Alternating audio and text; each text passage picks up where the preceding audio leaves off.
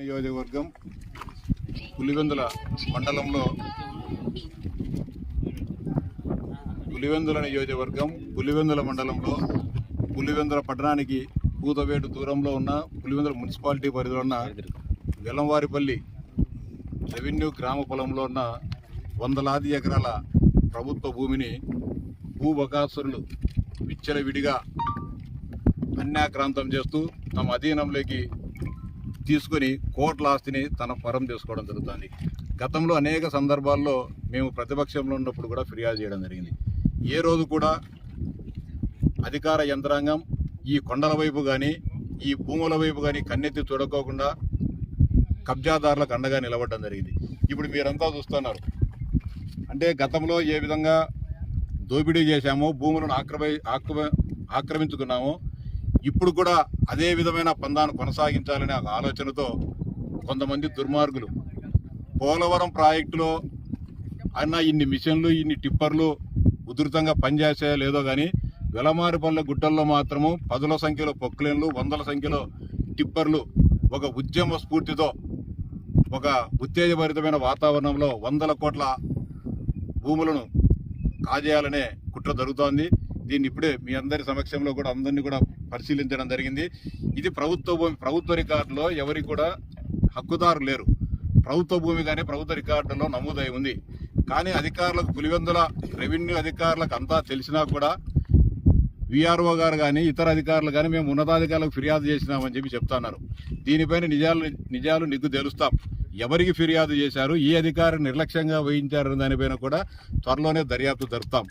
అంతేకాకుండా పులివెందుల పట్టణానికి మున్సిపాలిటీకి 5 కిలోమీటర్ల దూరం వరకు అసైన్మెంట్ ఇవ్వకూడదని నిబంధన ఉంది. కానీ ఇక్కడ ఎలాంటి అసైన్మెంట్ నాకు తెలిసి 2000 సంవత్సరం నుంచి పులివెందుల నియోజకవర్గంలో వెలమారుపల్లె రెవెన్యూ గ్రామ పొలంలో కానీ వెంకటాపురం పొలంలో కానీ ఎక్కడ కూడా భూమి లేని నిరుపేదలకు భూమి పంపిణీ చేసిన దాఖలాలు లేవు. నేను దానికి అనేక సందర్భాల్లో అసైన్మెంట్ కమిటీలో అప్పుడు సభ్యునిగా ఉన్నా, ఇప్పుడు కూడా శాసనమండలి సభ్యుని హోదాలో సభ్యునిగా ఉన్నా.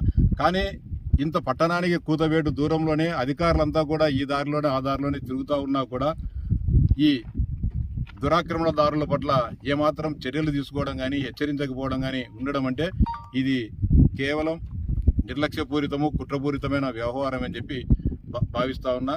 ఖచ్చితంగా దాదాపు వందల ఎకరాలు ఇటు చూస్తే ఇటు నుంచి అటు రోడ్డు నుంచి అటు పులివెందుల కదిరి రోడ్డు నుంచి పులివెందులలో ఉన్న వందలాది ఎకరాలను ఇష్టానుసారంగా ఒకవైపు సమీపంలో మెడికల్ కాలేజీ, ఒకవైపు నంద్యాల నుంచి బెంగళూరు పోయే జాతీయ రహదారి, మరో కూతవేడు దూరంలో బెంగళూరు నుంచి అమరావతి పోయే జాతీయ రహదారి, ఈ 3 ప్రాంతాల మధ్యలో ఉన్న వందల ఎకరాలను కబ్జా చేయడం జరుగుతోంది. దీనిపైన సమగ్ర విచారణ జరిపిస్తాం. రేపో మాపో జిల్లా కలెక్టర్ గారిని కలిసి వెలమారుపల్లిలో ఏదైతే గతంలో అసైన్మెంట్ కానీ పట్టా భూములను కానీ ఏమున్నాయో వాటన్నింటినీ రికార్డులన్నీ పరిశీలించి ఎవరైతే అనాధీనంగా ఆక్రమణలు చేసుకున్నారో వాటన్నిటిని కూడా మళ్ళీ ప్రభుత్వపరం చేస్తాం. ప్రభుత్వ ప్రయోగ కార్యక్రమాలకు వాటన్నింటిని కూడా ఉపయోగించడం జరుగుతుంది. అంతేకాకుండా ఇంకా దారుణమైన విషయం, ఏ విధంగా ఇంత దూరము విద్యుత్ శాఖ అధికారులు కరెంటు మీటర్లను అనుమతులు ఇస్తున్నారో అర్థం కావడం లేదు. వారికి పట్టాదారు పాస్బుక్లు లేవు, లేకపోతే ఇతర ప్రభుత్వం ద్వారా ఎలాంటి అధికృత పత్రాలు లేవు. కానీ కిలోమీటర్లు ఏ విధంగా వాళ్ళు పోలు సరఫరా చేస్తున్నారు, ఏ విధంగా వాళ్ళకు ట్రాన్స్ఫార్మర్లు ఇస్తున్నారు, ఏ విధంగా వీటికి అనుమతులు ఇస్తున్నారో కూడా అర్థం కాని పరిస్థితి. వాటిపైన కూడా ఏ విధంగా విద్యుత్ కనెక్షన్లు ఇచ్చారంటే ఒక భూమి ఒక పట్టా నెంబర్ చూపించి ఇంకొక పట్టా భూమికి ఏమైనా కూడా కనెక్షన్ తీసుకున్నారో వాటిని కూడా పరిశీలించుకోకుండా ఏ విధంగా ఇవ్వడం జరిగింది. ఏ విధంగా రెవెన్యూ అధికారులు వీటికి మీటర్లు ఇమ్మని చెప్పి ఏ విధంగా వారు కూడా అనుమతులు ఇచ్చారు. వీటన్నిటిపైన కూడా సమగ్రమైన దర్యాప్తు జరిపిస్తాం. ఈ పులివెందుల ప్రాంతంలో జరిగిన ప్రభుత్వ భూముల ఆక్రమణకు సంబంధించి సమగ్రమైన విచారణ జరిపించే తొందరలోనే జిల్లా కలెక్టర్ గారు రేపో మాపో కలిసి ఖచ్చితంగా దీనిపైన ఒక ఎంక్వైరీ కమిటీని నియమించమని చెప్పి విజ్ఞప్తి చేస్తాం.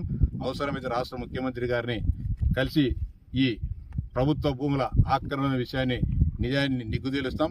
ఎవరైతే ఆక్రమణదారులు ఉన్నారో వాళ్ళ మీద చట్టపరమైన చర్యలు తీసుకోమని చెప్తాం. అంతేకాకుండా నిర్లక్ష్యంగా వివరించి కోట్లాది రూపాయల ప్రభుత్వ భూమి అన్యాక్రాంతమే దానికి ఎవరైతే సహకరించినారో అందరి అధికారులపైన కూడా చర్యలు తీసుకుంటామని చెప్పి ఈ సందర్భంగా చెప్తాను.